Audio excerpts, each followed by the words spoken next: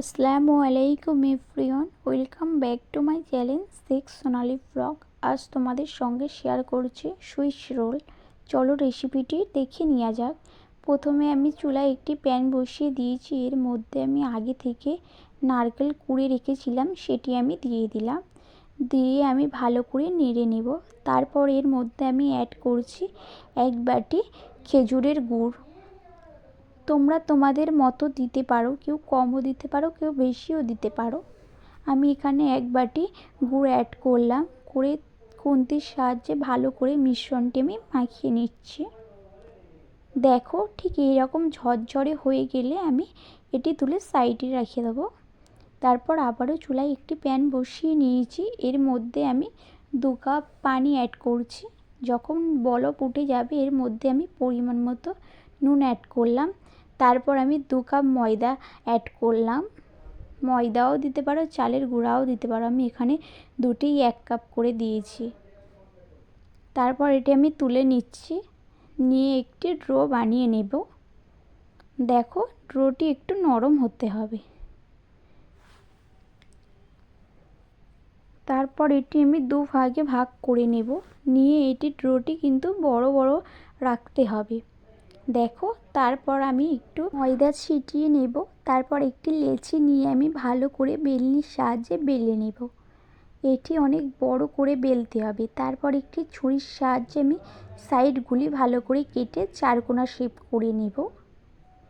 দেখো, তারপর এর মধ্যে আগের থেকে যেই আমি মিশ্রণটি বানিয়ে রেখেছিলাম সেটি ভালো করে আমি দিয়ে দিব। তারপর 2 সাইডে একটু ফাঁকা রাখতে হবে যাতে সহজে এটি মোড়া যায়। দেখো, আমি হাতের সাহায্যে আস্তে আস্তে এটি মুড়ে নিচ্ছি। একটু আর্ট করে মুড়তে হবে। এটি খুব সাবধানে করতে হবে। দেখো, রোল করা হয়ে গিয়েছে। তারপর লাস্টের দিকে একটু ভালো করে সিল করে দিতে হবে, তা না হলে ভাপানোর সময় খুলে যেতে পারে। দেখো, ভালো করে আমি সিল করে নিয়েছি। দেখো কতটা সুন্দর হয়েছে। তারপর আমি চুলায় একটি প্যান বসিয়ে দিয়েছি। ওর মধ্যে পরিমাণ মতো আমি পানি নিয়ে নিয়েছি। তারপর এইরকম একটি পাত্র নিয়ে আমি একটু তেল ব্রাশ করে নিয়েছি। তারপর দেখো, আমি পিঠাগুলি ভাপাতে দিয়ে দিচ্ছি। তারপর একটি ঢাকনা চাপা দিয়ে দিলাম। 10 মিনিট পরে ঢাকনাটা খুলে দেখলাম। দেখো, একদম পারফেক্ট হয়েছে।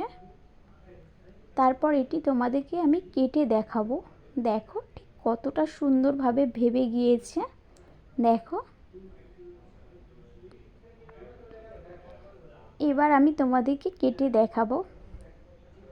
একটি আমি ছুরি নিয়ে নিয়েছি, ছুরির সাহায্যে আমি পাতলা পাতলা করে কেটে নেব।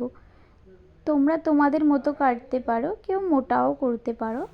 দেখো কতটা সুন্দর লাগছে। একবার বাড়িতে বানিয়ে দেখবেন, সবার ভালো লাগবে। খুব সহজে এটি বানিয়ে নিতে পারবে। এই পিঠেটা বানিয়ে যে কারোর মন জয় করে নিতে পারবেন। একবার বাড়িতে বানিয়ে দেখবেন তোমরা। ভালো লাগলে কমেন্টে তোমরা জানাবেন আর কি কি আমি রেসিপি তোমাদের সঙ্গে শেয়ার করব। আর আমার চ্যানেলটা সাবস্ক্রাইব করে দেবেন আরও নতুন নতুন ভিডিও দেখার জন্যে।